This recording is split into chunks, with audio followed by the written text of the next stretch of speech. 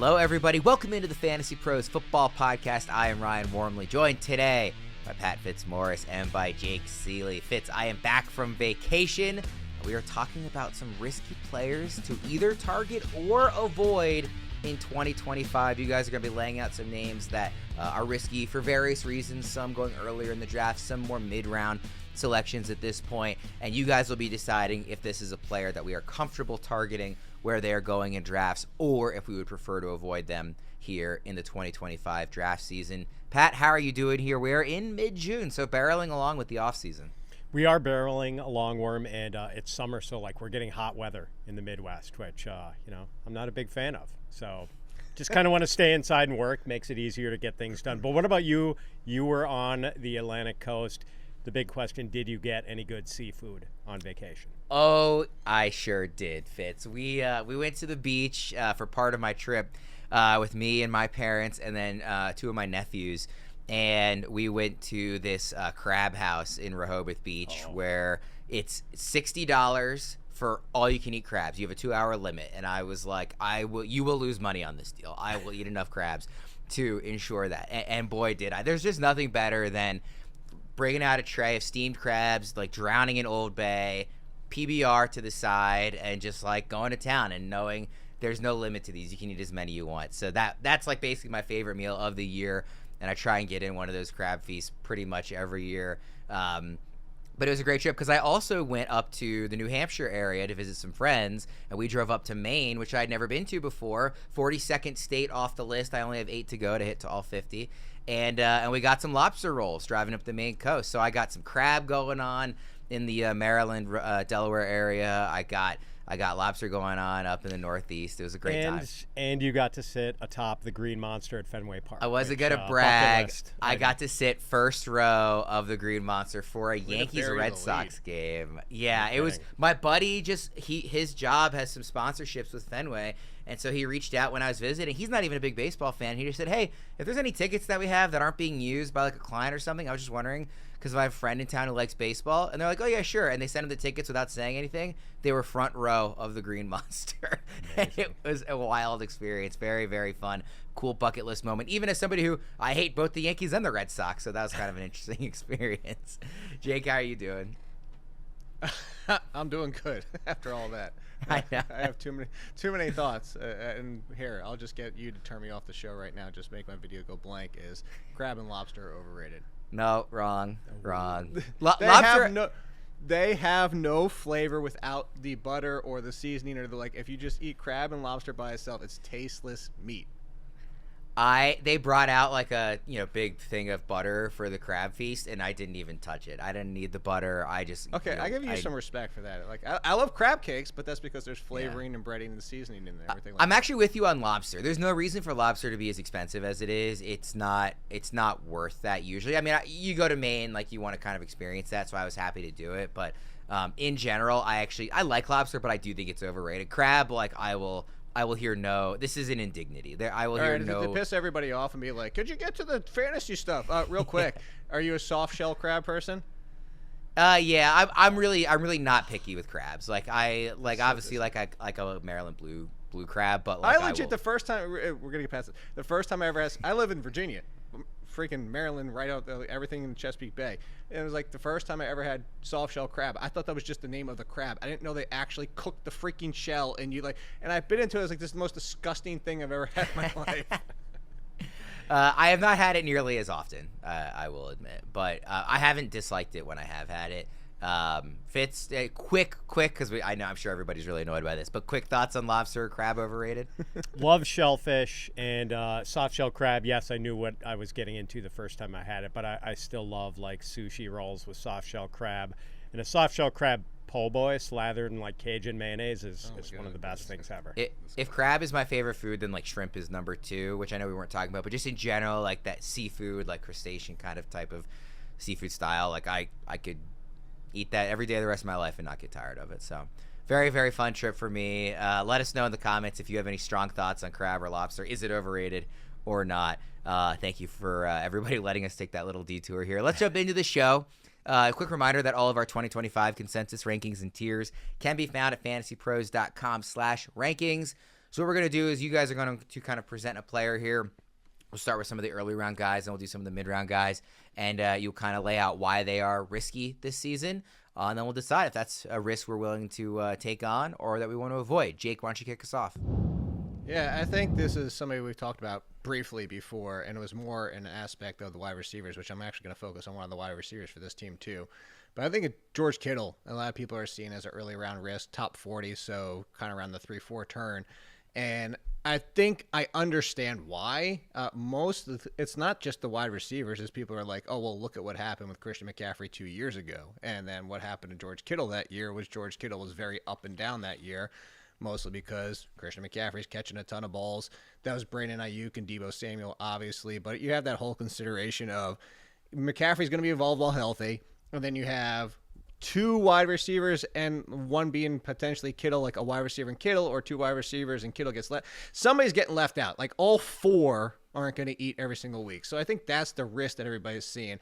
I'm a little bit different than that. I actually think there's plenty of upside with Kittle. I think the whole conversation of Jennings versus Pearsall and all the rest, and whether or not Ayuk comes back healthy, and I am on Christian McCaffrey, the hype train, been so this entire offseason as long as he's healthy. But I think that if you're looking at this for Kittle and the safety blanket and the potential to hit 110 targets and finally finish top 3, but I say finally finish as the number 1 tight end because Travis Kelce's always beat him in years past, I think that's in play. And I think that's why I'm okay with George Kittle here inside. And I actually think that if I'm drafting, at least the drafts I've done so far, I'm passing on Bowers and McBride. And I think I'm getting very similar value in George Kittle 2 to 3 rounds later. Where is the round where you say the risk is good? I want to target him here. Is it? I think his ADP right now, late third, early fourth. Okay. So like Bowers is going around the 1-2 turn. Probably Fitz campaigning for that every chance he gets. And then you see McBride usually in the second. And that's why I say, you know what, a round and a half, 2 rounds later, I'm going to hammer Kittle every single time. Now, that all being said, if Kittle climbs into the 2-3 turn, then I would actually be more likely to jump on the Bowers-McBride train than I would be and probably just wait for tight ends later. But at least at this point, at this cost, when you see around Kenneth Walker, DJ Moore, who have concerns, I know we're actually going to talk about one of those names. You know, the Terry McLaurin, I love him, but still, like when he's in that group, that's where I think Kittle deserves to go, and I'm going to take him quite a few times in that spot. Fitz, I'm curious what you think, because I agree that I think it's a very reasonable and probably a very smart strategy to say, rather than taking Bowers and McBride early, you can get something close to that with Kittle. However, in just strictly rankings, like ignoring cost, I do see a gap between those top 2 and Kittle, and maybe that will end up being proven wrong. That speaks more to how highly I think of those two and less about trying to fade Kittle, obviously. Mm-hmm. Do you see at his ADP, Pat, Kittle as a player to target or avoid? I like him as a target, and I have him ranked ahead of Trey McBride. So, like, he's my tight end, too. And, like, since his second NFL season, Kittle's seasonal finishes in half-point PPR fantasy points per game are tight end 3, tight end 2, tight end 3, tight end 4, tight end 2, tight end 5, and tight end 1 last year. So pretty dependable, pretty consistent. He has had some injuries because he plays like a guy who is just trying to, run through an army. But, like, people get a little worried about the uneven nature of Kittle's production sometimes, and there are games where he is used heavily as a blocker, doesn't run as many routes, leads to some dud games here and there, but like every tight end has dud games. The good games for Kittle are phenomenal and like are almost week winning by himself. And like you are going to get like close to half a dozen smash games out of George Kittle pretty much if he stays reasonably healthy in any given season. So yeah, I think Kittle is well worth it. All right, so you guys are in lockstep there. I didn't realize you had him ranked ahead of McBride. I definitely have those reversed. But I think at cost, like I said, it's a very good case to make for Kittle. Let's go to your first player here, Fitz. It's James Cook, and the red flag for me isn't really James Cook's contract impasse. He reportedly wants $15 million a year. The Bills don't seem inclined to give him a new deal, and Cook actually did show up for the team's minicamp last week. So that might be a non-issue. The red flag for me is the near certainty of major touchdown regression for Cook, whose touchdown totals over his first 3 seasons, 3, 6, 18. So which number looks like the outlier there? I'm going to bet on 18.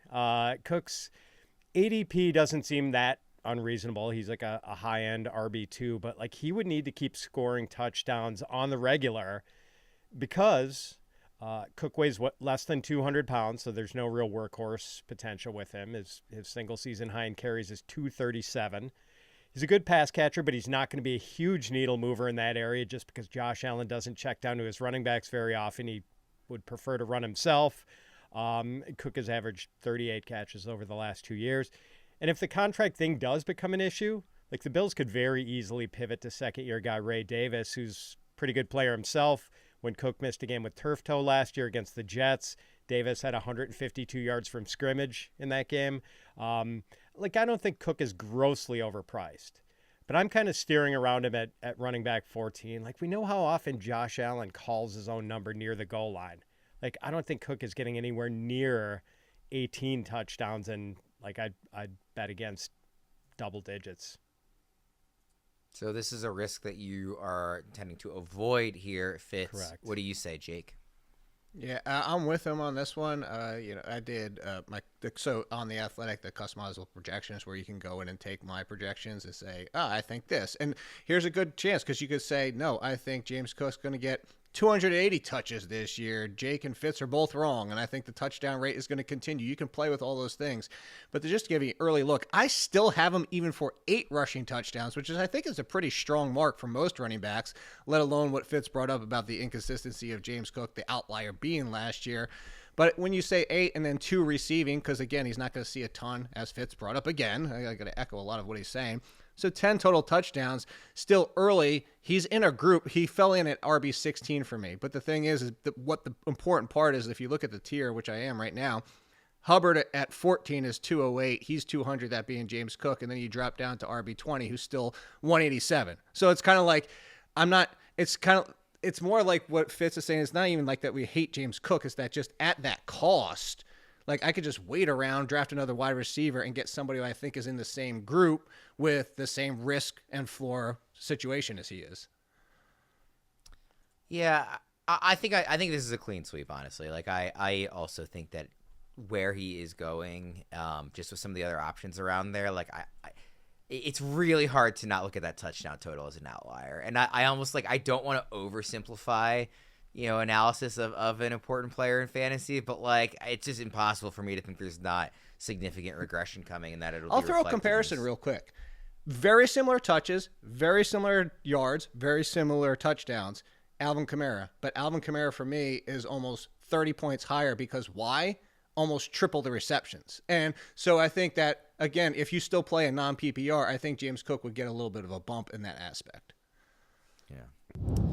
It's the best time of year for hoops fans, playoff drama, buzzer beaters, all the chaos we live for. And if you're done just watching and ready to actually win some cash, you got to check out Pick 6 from DraftKings. Nobody's dropping better payouts than Pick 6. Hit 6 picks, and that's 25 times your cash. And if you beat your competition, you could be looking at a 500 times bag in your pocket. It's super simple. Select your picks, track your score, and go for those big-time prizes. No gimmicks, just straight-up fun. Pick 6 is live in most states like Missouri, California, Texas, Georgia, and plenty more. So, yeah, don't settle for weak payouts. Make your picks with Pick 6 and let your basketball brain pay off. New to DraftKings Pick 6, new customers toss in just $5 on your first entry, and you'll get $50 in bonus picks instantly. The playoffs are on, so why not take a shot at making a little money while you're watching? Download the DraftKings Pick 6 app right now and use code FANTASYPROS. That's code FANTASYPROS to play $5, get $50 in bonus picks. Better payouts, bigger wins, only on Pick 6 from DraftKings.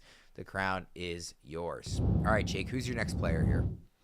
Yeah, I'm focusing on the tier here situation. That's pretty much going to be a big argument against DJ Moore. I think that DJ Moore, the risk of what this team might do this year with their options at wide receiver, what Matt Johnson might like, the talk of who's his Amon-Ra St. Brown, which I'm not even that concerned. He's got to find exactly his one-for-one Amon-Ra St. Brown. It's just we've already heard it from the wide receivers themselves have talked about during OTAs. Just we don't know. We're all going to be used. It's going to be a lot of fun, which is good because that's good for Caleb Williams. But it's bad for us in trying to figure out, is DJ Moore still going to be DJ Moore, who kind of hangs around that mid to low wide receiver 2 range? and he's still going right there. There's like seemingly no cost risk bringing his value down in drafts, which that's my issue. He's right now on Fantasy Pros. He's the first wide receiver in tier 4. I am never going to take the first player in a tier if I can avoid it. And my tier 4 would actually go even deeper than it does here, with including like Waddle and Judy and players like that. But point being is, why take DJ Moore where he's going is in that mid 4th round range, when you can still wait another round or two and get Metcalf, wait another round or two, get Jameson Williams back on the Lions where Ben Johnson used to be. Just a lot of names. Chris Godwin, we've talked about on previous shows.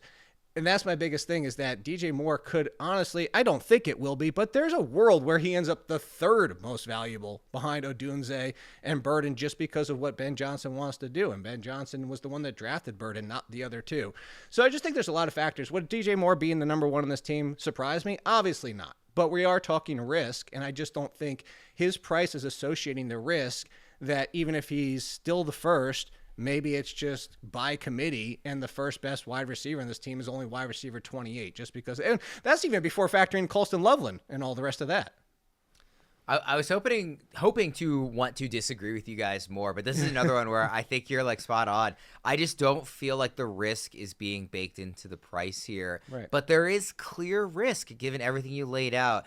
The ability of Caleb Williams, the new offense, all the mouths to feed. Like, it feels like he's being priced pretty darn close to his ceiling and not at all taking into consideration his floor. Fitz, do you see it differently? What is that price for him? Do you have ADP in front of you? Is he around wide receiver 20? 20. Yeah, he's ranked 20. Yeah, okay. ADP's wide receiver 21. Yeah, so I'm a little torn because I think DJ Moore is... I'm all out of faith. Sorry. Yeah. This is how I feel. So, Moore's fantastic player, amazing after the catch. I'm optimistic that Ben Johnson can fix the Bears' offense. So I feel like I want DJ Moore on at least one of my teams this year. The thing that makes me nervous is that Moore just seemed so out of sorts last year, just bad body language. Seemed like he was unhappy, and like the chemistry between DJ Moore and Caleb Williams just seemed off all year. I mean, maybe Ben Johnson can remedy that. So I'm mixed here. Really believe in the talent. Don't have a terrible issue with the price, but I agree. I'm not like all in on DJ Moore this year. So I think I mostly agree with you guys here. He didn't have a single game with double-digit receptions last year, and now there's a lot more mouths to feed in the offense. That's just really... Are there, though? I mean, it was Keenan Allen. Keenan Allen's not there anymore. Was bad. Like, I'm a really big late fan. In the year, man. I mean, like, he picked it up towards the end of the season. I feel like maybe there's not as many there's more options in the offense this year, I guess, maybe a better way to put it. Like, maybe not as many clear mouths to feed, if you want to give that credit to Keenan Allen. But, their first 2 picks being pass catchers, like, I think that matters with the new regime. And I am expecting. I lean towards the bad, by the way. But I know what you're saying, Fitz, but like if you remember, most of those games came with like a bevy of targets. Like it took like 15 targets to get Keenan Allen good again. Sure. Yeah. And I mean, it's. I guess the one contention you could make if you're trying to fade the too many mouths to feed thing is that like if this offense is a lot better than it was last year, it's going to be easier to feed all those mouths. I mean, last year the offense was just kind of a train wreck. So. This is going to be an offense that you want to get right on draft day to The thing I go back to, I'm glad you said that, Fitz, because I think that's like a crutch argument. People might go both ways. Too many mouths to feed, nobody else to throw the ball to, like the other ends of the spectrums. And what it always makes me think back to go to is Tyler Boyd is the 3rd best wide receiver for the Bengals. Best season was like wide receiver 38. And that's just, it takes so much for that third option to even become relevant. And so I don't disagree with you much. Again, it's just that I think the risk needs to just bring him down a round or two. Probably just a round. In general, Fitz, how much weight do you put on, and we can move on from DJ Moore in a second, but how much weight do you put on in year 1 with the new quarterback, the lack of chemistry? Like not Caleb's struggles in general, but specifically the fact that he wasn't connecting with DJ Moore. Do you tend to see that as, hey, it was year 1, they're kind of figuring it out together, or do you tend to see that as a long-term red flag? It kind of depends. Like I know when Chris Olave and Derek Carr had their first season together, it just seemed like the timing was a little off, but it seemed like they were kind of close, and I was still willing to invest the year after that in Chris Olave. But something about the body language and just DJ Moore's demeanor last year was things were strange. So I am a little worried about that, and that's probably my single biggest concern about DJ Moore this season. Let's go to your next player, Fitz. All right, it's Rashee Rice. And Rice, like, the concern for me is the late season emergence of Xavier Worthy. And I know a lot of people think Rashee Rice is going to go right back to the same role he had. He was terrific in 2023 and early in 2024. Came out of the gate really hot last year. But that was when Patrick Mahomes had basically Rashee Rice and Travis Kelce and no one else to throw to. Like, Xavier Worthy didn't get it going last year until after Rice got hurt. And that injury, by the way, torn LCL and PCL plus surgery to repair a hamstring tendon. Like, it's possible Rashee is not 100% the same guy, at least at the start of this season. But back to the Worthy thing, if you exclude week 18 when the Chiefs were resting starters and Worthy played one snap, he had at least 5 catches in the Chiefs' last 8 games, playoffs included. Like, Worthy had 50 catches over Kansas City's final 8 games. Like, that's a 100-plus catch pace. And there seems to be this assumption that Rice is going back to the same role he had before the injury when he was a super high-volume receiver. Like, it's possible, I guess. I just have a hard time believing that Worthy's emergence doesn't change the target distribution in Kansas City. So, ultimately, is he a player that you're avoiding then? I'm avoiding him at his current price, yes. Jake? I just railed on this a few weeks ago. The price is my issue. I do think Rice is the best option here. Hell, in the projections, I think this is going to be a 3-man situation, and then we're talking about Marquise Brown, Jalen Royals, Juju Smith-Schuster. I jokingly said Sky Moore, and everybody came for me in the comments, just saying they have options, but I do think it's going to be a 3-headed monster in the fact that it's going to be Rice, Worthy, and Kelce. Now, even in my projections, putting Rice first has him at about 131 targets. That's pretty bullish for what I agree with Fitz. They're saying, like, yeah, we're talking OTAs, but we're talking OTAs where people overreact to everything. Oh, they look the best shape of their lives. Or Christian McCaffrey looks slow. The dude's not even running full speed. Let's chill out. It's OTAs. All that being said, is even assuming that Rice is 100% for week 1, 131 is not the volume pace he was on, and that's still with about 100 for Worthy and about 110 or so for Kelce. Why you can go tweak those numbers, because if we're off on those, and maybe Rice is only 110 targets, let's say Worthy still checks in one spot behind DJ Moore for me. Or Rice does. Worthy's still in the 30s. So you could see, like, it's going to take, because the volume, given Rice's style in this offense, and maybe the touchdowns change it for us, but given the style and what should be the production, it would take 140, 150 targets to get to wide receiver 1 status. And I think that's the issue Fitz has, and that's why I agree with him, is that he's going close to that. It's like there's zero risk being baked in, like even less than DJ Moore. And that's my issue with it. If you told me I could get Rice as my low-end wide receiver 2 and put him as a wide receiver 2 on my team, sign me up. But he's not going even close to that right now for some reason. Fitz, I forget if you said this, but where is he ranked for you? Oh, man. I've got him in, I want to say he's like wide receiver 25 for me. I don't have my rankings in front of me. Yeah, sorry. not even inside the top 24. Yeah. And I know, like, the thing that scares me, there are a lot of 23. A lot of smart people. A lot of smart people have him in the teens. I'm just not willing to draft him there. He looked so good early last year. I get why people are, like, remembering that. But his ADP is wide receiver 14 or 15. Right. I'm looking on Fantasy Pros right now. We have his ADP as wide receiver 15. That like almost like jaw on the floor. I did not think it was that high, actually. I will not be drafting him there. 3 spots ahead of McLaurin? 3, right? 2 or 3 spots in front of McLaurin, just to give you an idea of who else is going in that I've got him wide receiver 23. Sorry, just looked it up. Oh, so you're so we're on the same page. with Jake. Yeah. Yep. you don't Totally hate on the him same after all. page.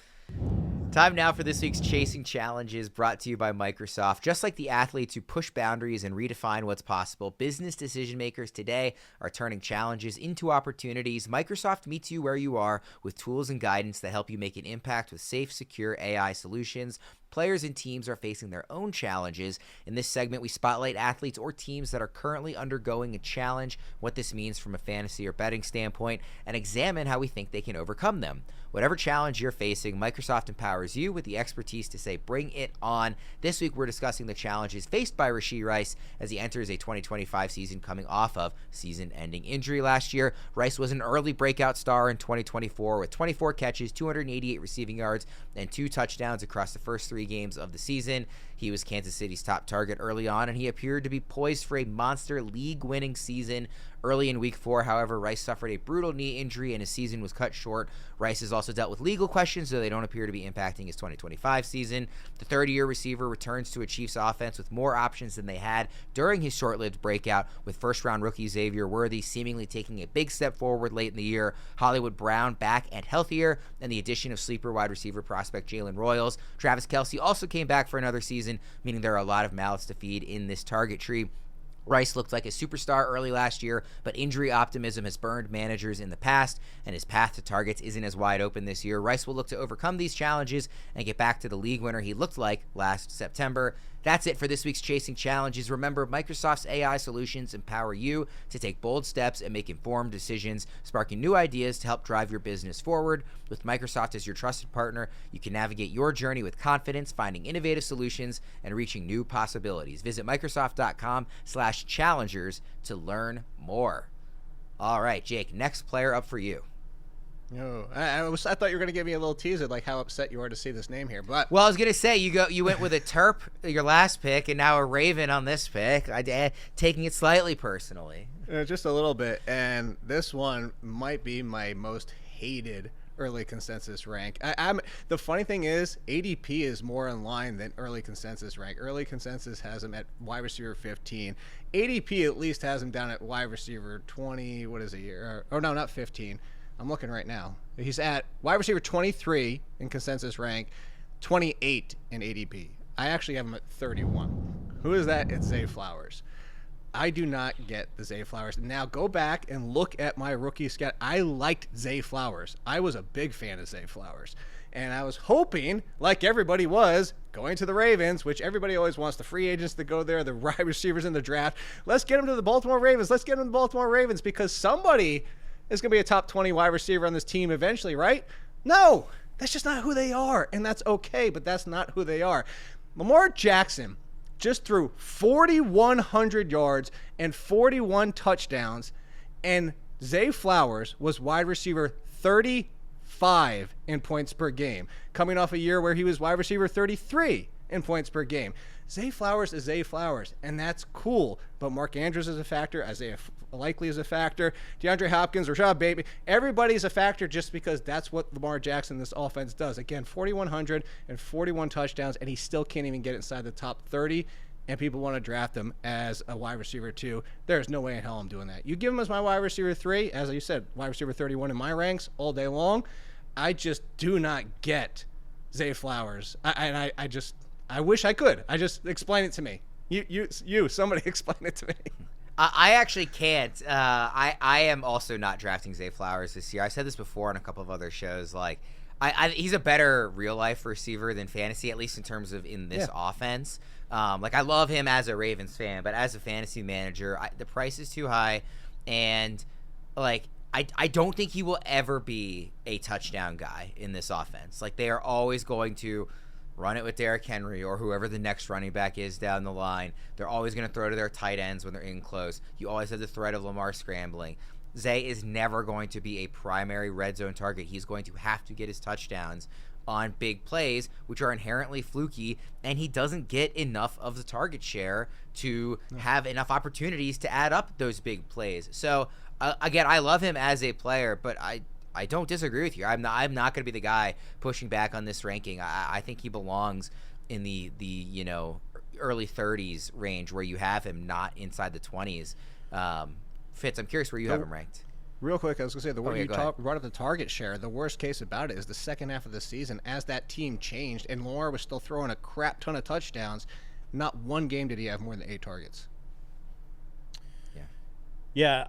So Jake is picking a lot of guys I'm kind of on the fence on, so he's making it hard on me. But Jake's point is excellent about, we've got this like career best passing season for Lamar Jackson where he's just hyper efficient and has 4,100 yards and 41 touchdowns, and Zay Flowers was still a low-end wide receiver 3 in fantasy points per game.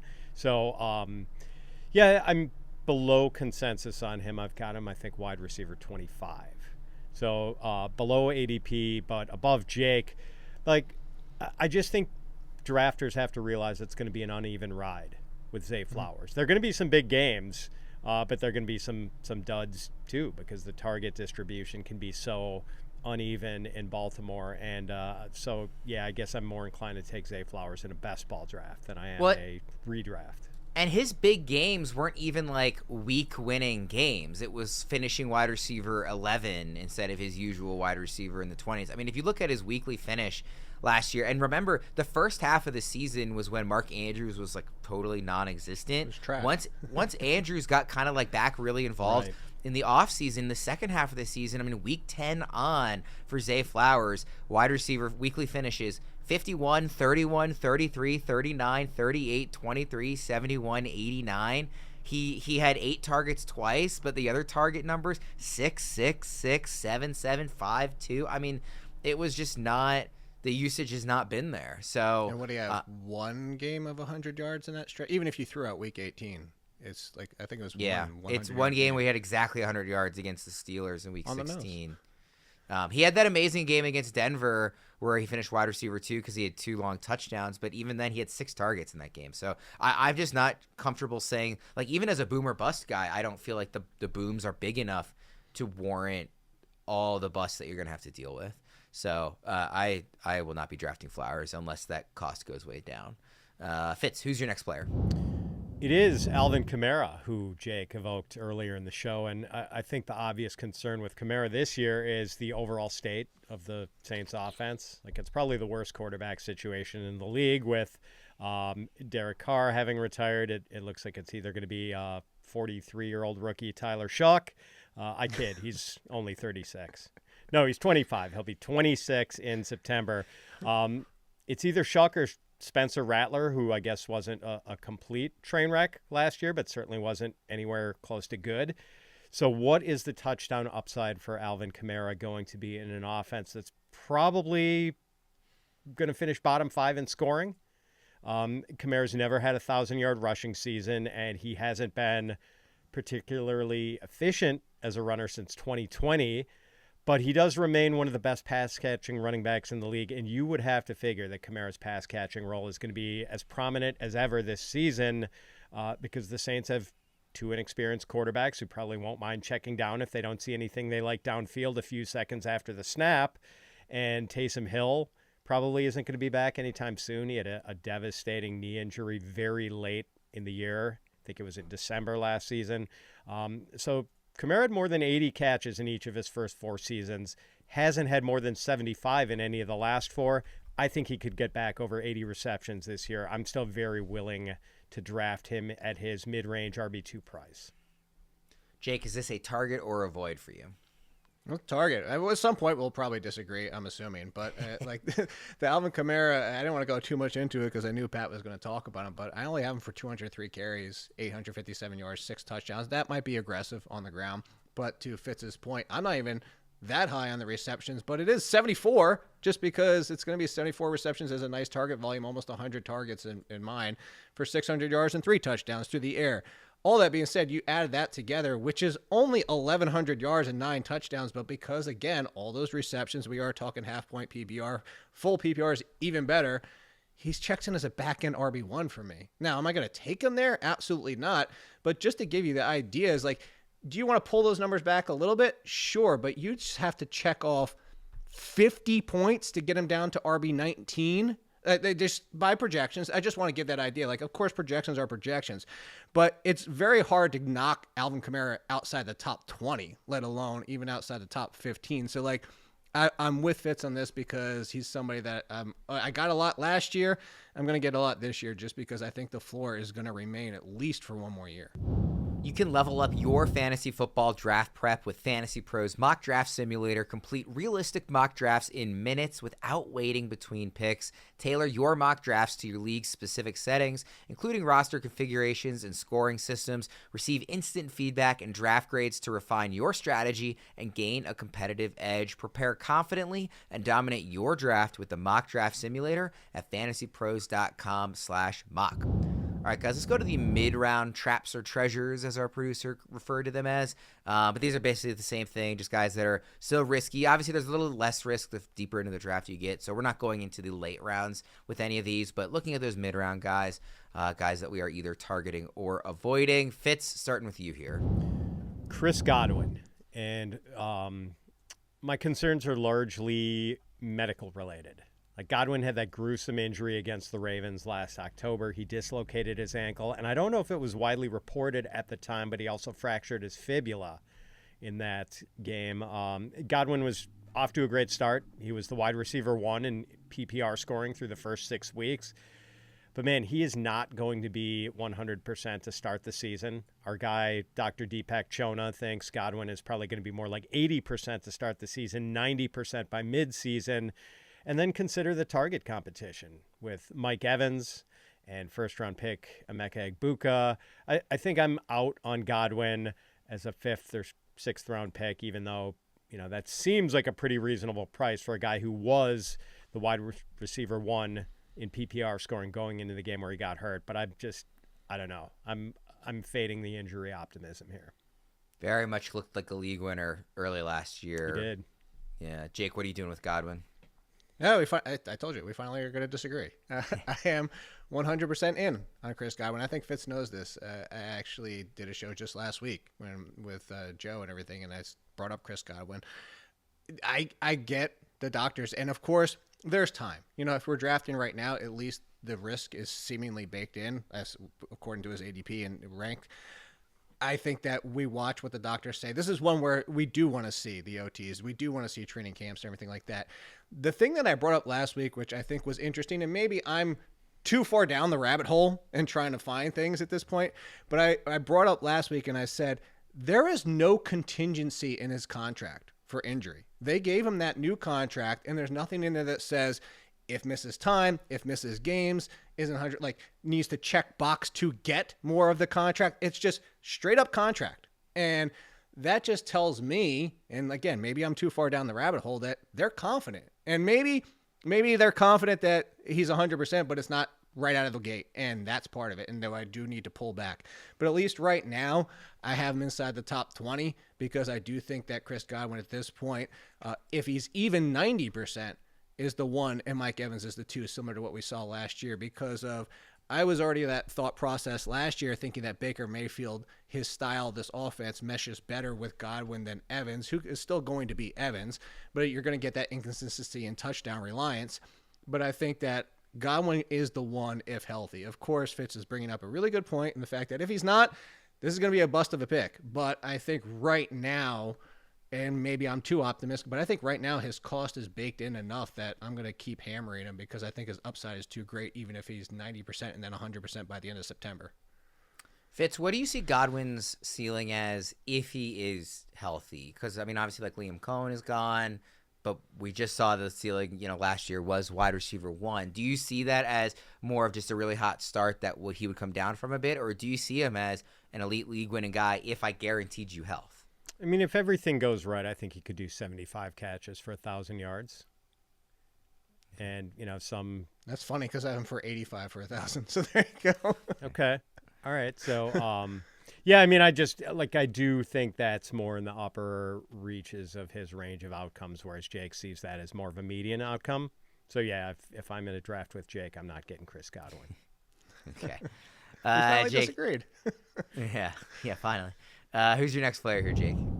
All right, coming back to the 49ers. I teased it earlier, and I'm going to do it again. I think at this point, everybody, and my pick isn't even Ricky Pearsall, but I think everybody from Kittle to Pearsall to Jauan Jennings, who I'm talking about now, are worth their cost. Normally, go back to the Bears, and the saying I've had for years is buy the cake, not the icing. The cake being the quarterback, the icing being all these extraneous pieces, not being able to figure out who's going to be the lead option, who's going to be the top target getter.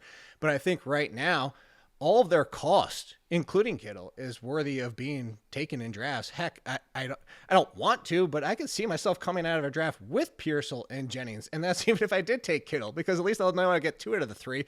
One of them is going to hit. I think the edge right now is Jennings, because Jennings fills the Ayuk role. That's what happened last year. This is why the Deebo Samuel thing changed. And I talked about this in waivers last season. This was why I had Jennings in so many spots, and he ended up being a league winner for a lot of people. But Ayuk, that's one where I don't know how Fitz feels about Ayuk, but that one seems a lot more pessimistic. That one seems like Ayuk might not even be 100% by midseason. It might actually be Ayuk December 100% and maybe even next year. My concern for Jennings up until this point was that we weren't getting a lot of that clarity a month ago. Some of it was like, oh, so you saw people out there like Ayuk might be out there by week 1. And at that point, I was a little bit more hesitant on Jennings, because Jennings, I think, is the perfect situation, complement, replacement for Ayuk, where Pearsall fits the Deebo role more. He's not perfectly Deebo, but he fills that role more. So I'm saying if Ayuk was out there, I'd be a little bit more on Pearsall. But that doesn't sound like it's going to be the case. And if that's the case, if you told me no Ayuk on the field, I think the pecking order is Jennings and Pearsall, and I'm going to take Jennings every single time. But again, I would even take Pearsall to loop him into this conversation, because I think he could have enough value for where he's going. Jennings is inside my top, he's right outside my top 30 right now. Fitz, how do you see this receiving room shaking out, and specifically Jennings? Is he a risk that you're targeting or avoiding? I see it a lot like Jake does, and Jake was very rude to disagree with me on Chris Godwin, but I'm going to be very courteous to him and agree with John. Like, I see it the same way. The guy I just don't want is Brandon Ayuk. I do think there's going to be an injury optimist in every draft where Ayuk goes way, way too early, but I think he might not be a factor and might even be a pup candidate. So, yeah, like the target distribution could be a little messy in San Francisco, but I think the price on both Pearsall and Jennings is good. Like, I do think Pearsall is the guy I'd slightly rather have, but I would not mind coming out of all of my drafts with either Jennings or Pearsall. Yeah, I think that's I want to just be involved in this group, Yes. and I'm less concerned about who it is and more just I want to kind of have some exposure here. Yeah. Especially since their defense is not that good anymore. Like, they might have to throw it. Like, the 49ers could be in some shootouts this year. So, yeah. Fitz, who's your next player? George Pickens, and I don't think I'm going to get any arguments that he is a very polarizing player. He's wildly inconsistent game to game, often loses his cool during games, and now he's in a new offense where he has to share targets with one of the best receivers in the NFL, CeeDee Lamb. But playing with Lamb might actually help Pickens. Like, he might get a little less defensive attention and some matchups against lesser cornerbacks. He gets to play with Dak Prescott, who's had some big passing seasons, and there's no denying the talent with George Pickens. Like, he's not an A-plus route runner, but I don't know. Even though he's not going to be a high-volume guy, like, Pickens' ball skills are just extraordinary. He is one of the few receivers as good at the catch point as, like, Dez Bryant was.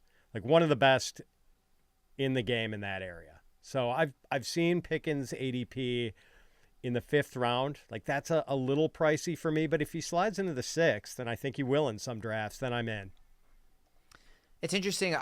I was surprised to see this. He only has 3 games in his career with over 20 points in half PPR scoring.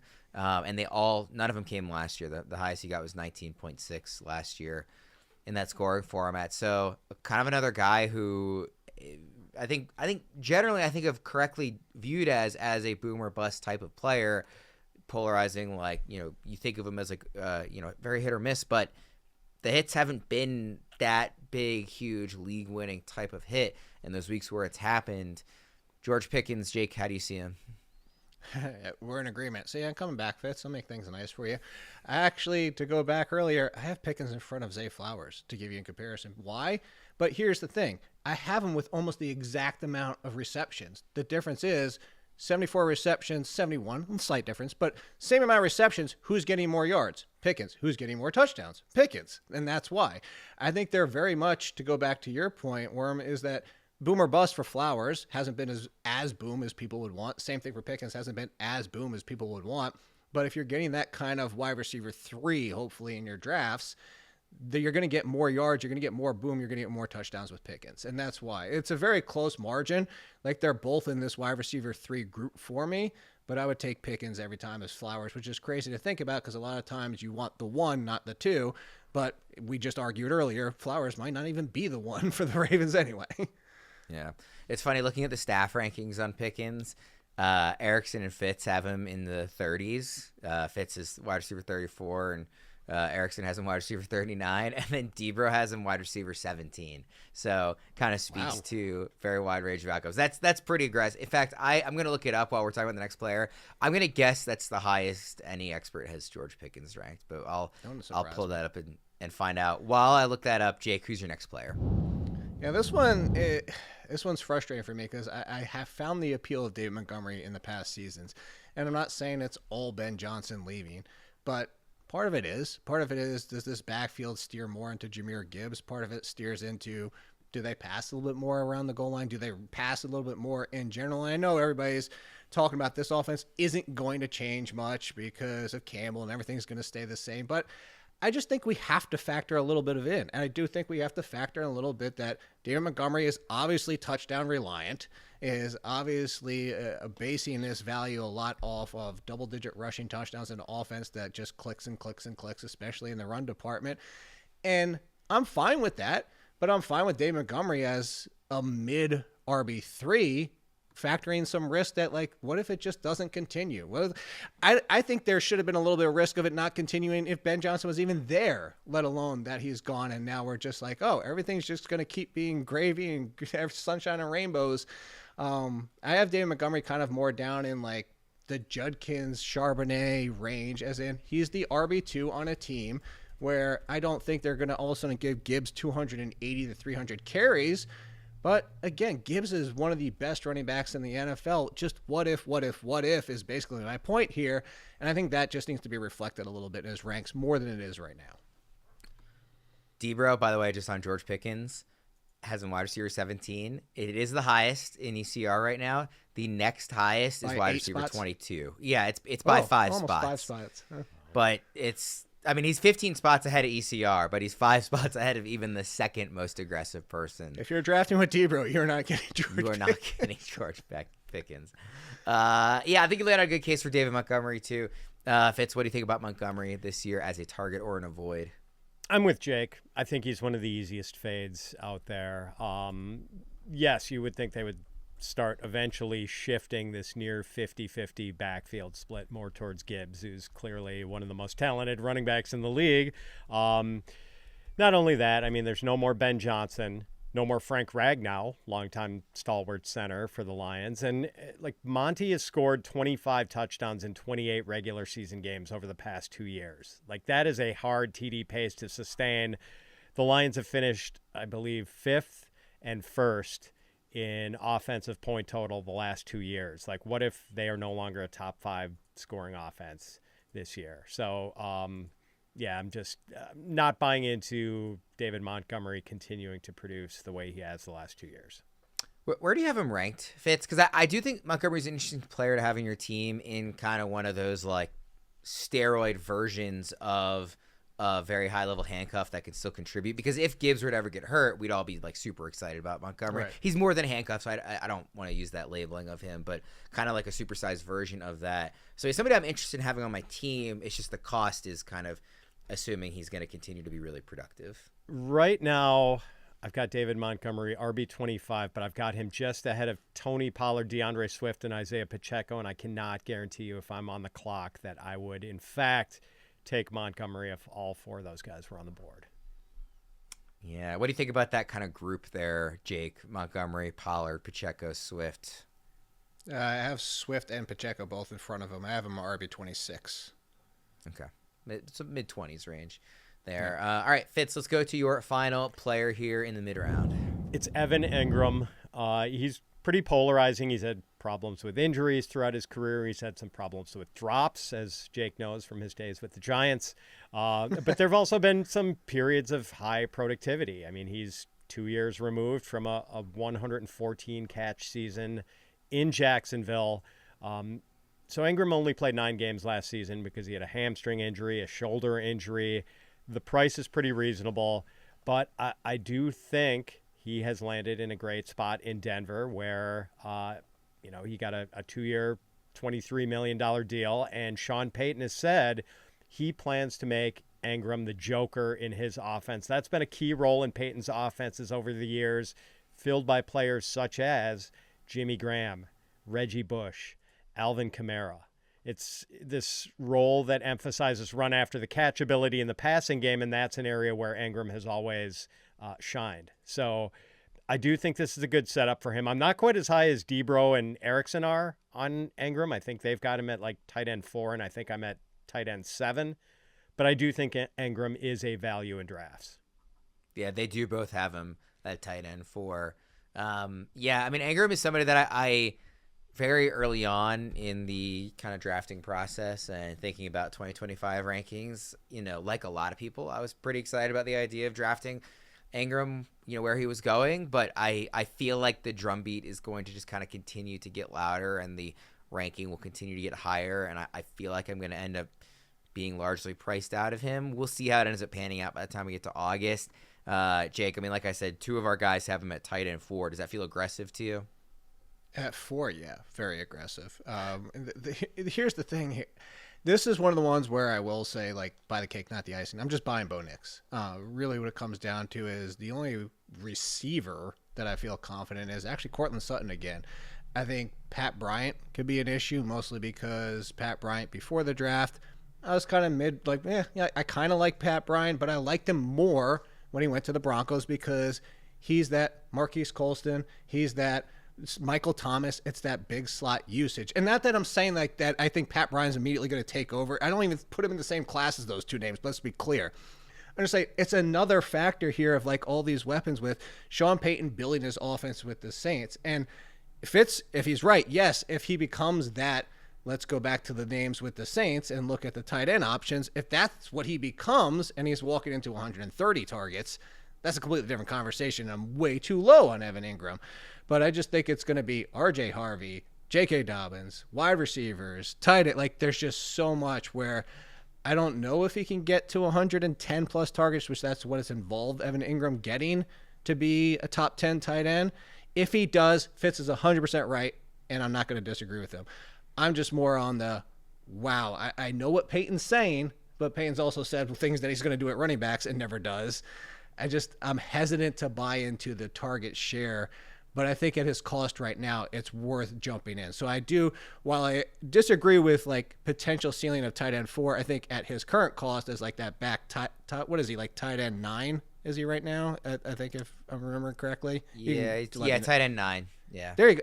I'm okay with that. Mostly because if I miss on the big 3, in my opinion, which are Bowers, Kittle, and McBride, I'm going to look for somebody like Engram who has top 5. I don't want Dalton Kincaid, who I think is top 7 or 8 at best. Like, there is a path for Engram to be top 5. Engram, his ECR is 9. By the way, ADP is tight end 7. So a couple spots higher than the ranking. Okay. But not quite as high as Debro and Erickson.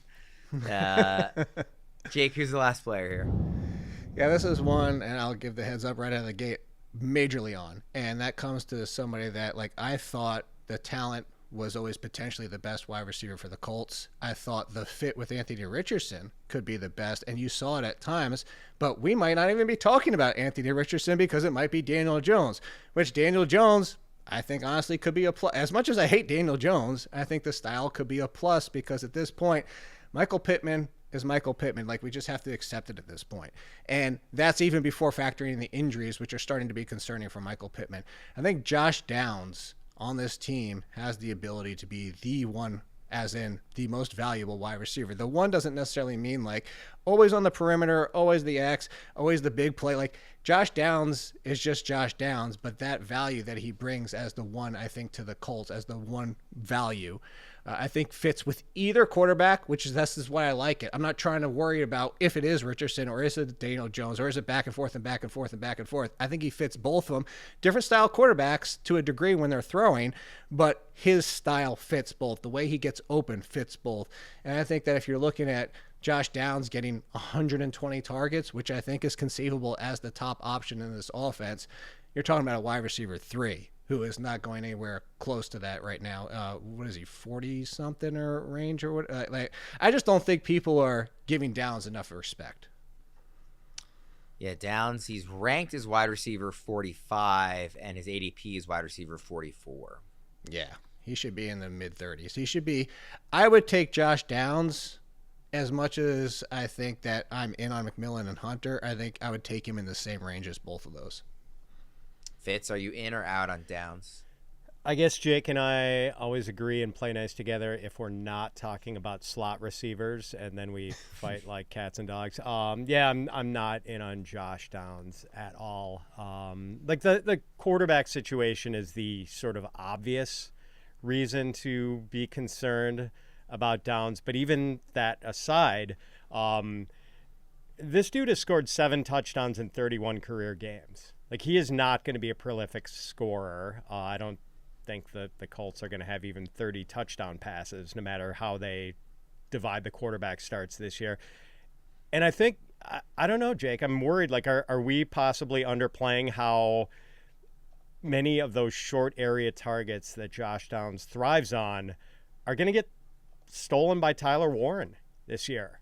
And, like, I know, obviously, different types of players. Downs is a super shifty, elusive guy, and Tyler Warren is a guy who wants to run people over. But they are still catching passes in the same short areas of the field. And I just think Tyler Warren is going to cut into that Josh Downs target share. Like, I don't think he's getting anywhere close to 130 targets, quite honestly. Yeah, I think that's the difference is that I love Tyler Warren, and I'm not saying you're doing this.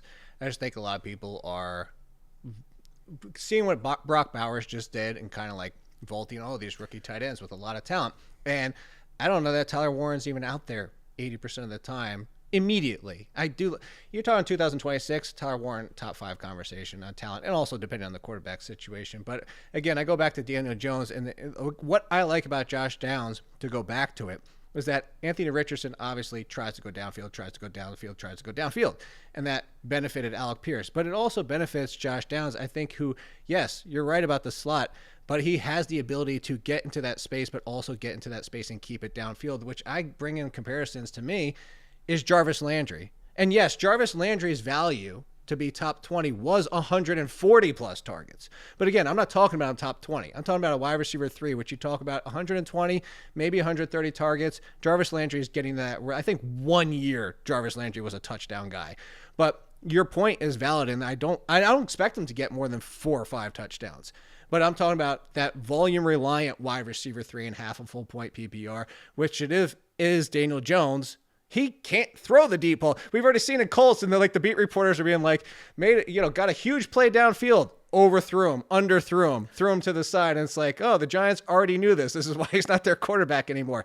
But Daniel Jones, for all his flaws, can hammer the middle of the field. And maybe your point is valid, and maybe Tyler Warren is a bigger factor than Josh Downs than I'm giving him. I just don't think it is this year. It almost sounds like you're, in this case, more interested in the icing than the cake, as opposed to some of these. Oh other yeah, I don't players want to. But I will take Anthony Richardson, who's going to go around and quarterback 20s. Then what if he starts 15 games? Then boom, I'll take it anyway because you can suck as a passer and run all day and be valuable. I mean, who's not licking the beaters when someone makes icing? My wife. That is true. Don't leave it on. We started with food talk. We'll end with, I'm not actually a big cake guy in general. I don't really like cake. What? I think that's worse than my crab and lobster take. Well, it's not worth to me like how unhealthy it is. It's just like it's fine. Like I just don't have it. Like if I'm getting dessert, it's ice cream all day every day, like over cake. Maybe cream that's cake? There you go. I'll do an ice cream cream and cake, and but cake I and just ice cream strongly and cake. prefer ice cream or like a good chocolate chip cookie or something like that. If I'm ranking desserts, cake is not pie. Cake is pie not over a first round cake pick for me. I don't really like pie all that much. There we go. We agree with. All right. I'm not a. I hate pie. Now that everyone is unsubscribed, all right. Yeah. We'll go ahead and wrap up there. Let us know in the comments what's the worst take: thinking lobster and crab is overrated, or not liking cake or pie. We'll go ahead and wrap up. Like I said, for Jake and Fitz, I'm Ryan Wormeli. Thanks everybody for tuning in. We'll see you again next time.